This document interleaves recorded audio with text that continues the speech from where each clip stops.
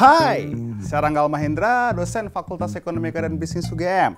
Selamat datang di program KHSB, Kuliah Hoax Segala Bangsa. Sebuah program kuliah gratis yang bisa diakses kapan saja, di mana saja. Karena kuliah adalah hak segala bangsa. Nah, pada episode sebelumnya kita sudah pernah membahas nih salah satu cara untuk menghadapi disrupsi, yaitu dengan yang namanya inovasi. Nah, ternyata yang namanya inovasi itu tidak harus dilakukan sendiri loh dari dalam perusahaan. Karena yang namanya inovasi kebanyakan itu justru datangnya dari luar perusahaan. Nah, untuk itulah hari ini kita akan membahas tentang Open Innovations atau inovasi yang terbuka. Nah, karena saya juga tampil dengan penampilan baru, maka kali ini pun kita akan pindah nih ya. Bosen studionya gini-gini. Kita akan syuting juga di tempat yang terbuka di tepi pantai. Woohoo!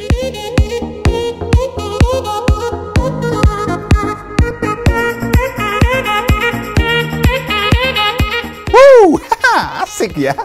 Kuliah di tepi pantai kayak gini nih ya. Oke, kita mulai aja ya kuliahnya ya. Nah, kalau dulu kebanyakan perusahaan itu memperlakukan inovasi sebagai aktivitas yang tertutup.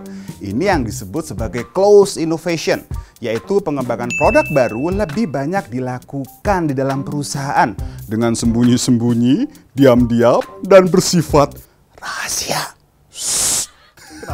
Nah, lalu setelah teknologi itu ditemukan, biasanya perusahaan akan menjaga mati-matian teknologi baru tersebut.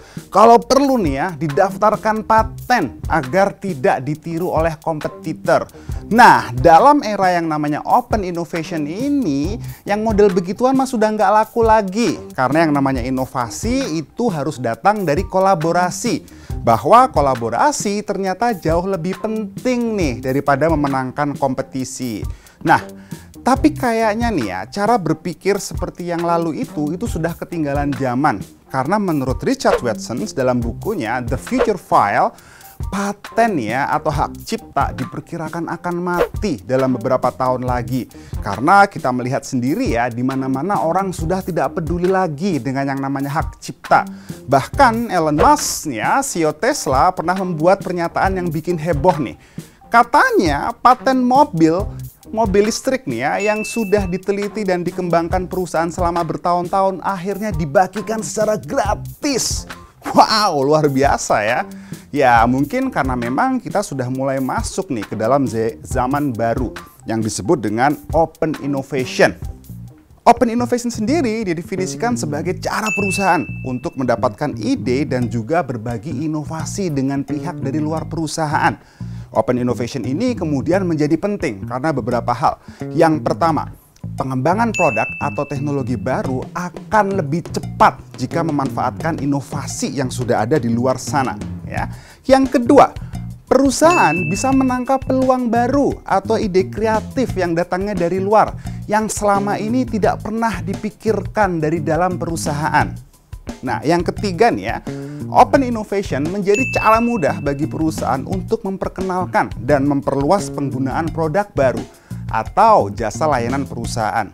Nah, dulu nih ya, banyak perusahaan yang memilih untuk melakukan aktivitas riset dan pengembangan produk itu dalam perusahaan melalui divisi Litbang atau R&D, Research and Development.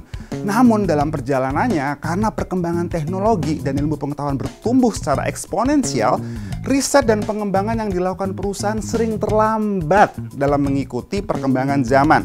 Itulah sebabnya tidak harus nih ya, semua jenis inovasi itu diciptakan sendiri oleh perusahaan. Ada kalanya lebih penting perusahaan untuk meningkatkan yang namanya absorptive capacity, ya. Definisikan sebagai kemampuan perusahaan untuk mengidentifikasi, menyerap dan mengembangkan pengetahuan baru yang datangnya dari luar perusahaan. Nah, istilah open innovation itu sendiri diperkenalkan ya oleh seorang profesor dari Berkeley namanya Hans Selzbruch melalui buku yang ia tulis pada tahun 2003 berjudul Open Innovation. Dan sejak saat itu, kajian mengenai open innovation ini berkembang pesat. Semangat untuk membuka diri dan melibatkan sebanyak mungkin orang dalam merealisasikan inovasi ini bisa muncul dalam berbagai bentuk nih ya. Misal, ada yang berupa penggalangan sumber daya. Ini yang disebut sebagai crowdsourcing. Dan ada pula sumber dana, ini yang disebut sebagai crowdfunding. Nah, sudah pernah kita bahas ya sebelumnya. Nah, kunci keberhasilan open innovation ini terletak pada perubahan mindset dan gaya manajerial perusahaan. Yang tidak boleh lagi nih ya, melihat teknologi baru itu sebagai ancaman. Bahwa yang namanya kompetitor itu juga bisa diajak loh sebagai mitra kolaborasi kita. Karena pada akhirnya sebaik-baiknya pengetahuan adalah pengetahuan yang bisa dirasakan sebesar-besarnya oleh orang lain, bukan hanya disimpan sendiri. Nah, ada beberapa teknik nih yang bisa diterapkan perusahaan untuk menerapkan open innovation. Yang pertama, customer immersion, yaitu proses melibatkan konsumen untuk memberikan masukan dan usulan terkait dengan produk baru. Bahkan melibatkan konsumen untuk ikut merancang produk baru itu. Yang kedua, crowdfunding. Sebuah platform di mana seseorang bisa berinisiatif nih ya untuk meminta dukungan masyarakat atau sebuah ide yang sedang dikerjakan, kemudian kita akan minta bantuan masyarakat nih ya untuk mendukungnya. Yang ketiga adalah dengan idea competition atau kompetisi ide. Perusahaan bisa membuat semacam sayembara atau kompetisi untuk menjaring ide-ide baru dari masyarakat. Mungkin ide bagus juga nih ya saat 17-an Agustus nanti Pak RT tidak lagi mengadakan kompetisi makan kerupuk. Itu mah sudah biasa. Tapi nih ya, membuat semacam kompetisi ide dari warganya, bagaimana sih caranya kita bisa mencegah banjir di lingkungan kita? Menarik ya. Yang keempat adalah dengan menggunakan jejaring inovasi atau innovations network, di mana perusahaan bisa bergabung dalam suatu komunitas atau asosiasi keahlian tertentu yang tujuannya untuk menyerap sebanyak mungkin informasi atau teknologi baru yang sedang berkembang.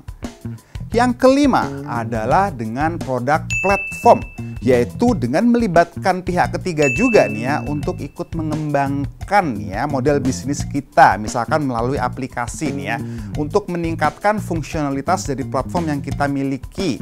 Misalnya yang dilakukan Apple, sengaja dia membagikan gratis nih ya kode bahasa pemrogramannya kepada masyarakat, yang pada akhirnya Apple juga mengundang masyarakat untuk sebanyak-banyaknya untuk bikin aplikasi yang menarik untuk iPhone.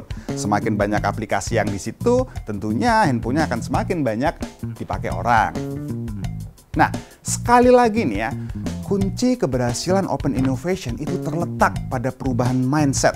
Bahwa perusahaan tidak lagi dan tidak harus nih ya mengontrol semua aktivitas inovasi di dalam perusahaan.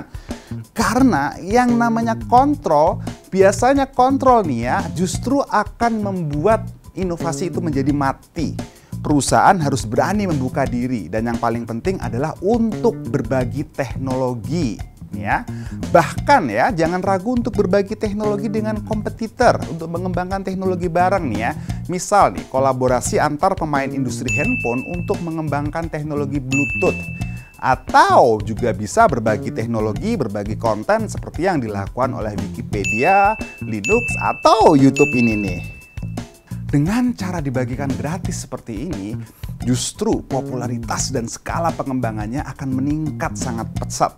Semangat berbagi inilah nih yang saya yakin, saya percaya nih ya, bisa menjadi solusi atas semua permasalahan yang dihadapi umat manusia saat ini. Boleh percaya, boleh tidak? Mari kita buktikan sendiri. Saya Ranggal Mahendra, sampai berjumpa dalam episode KHSB berikutnya.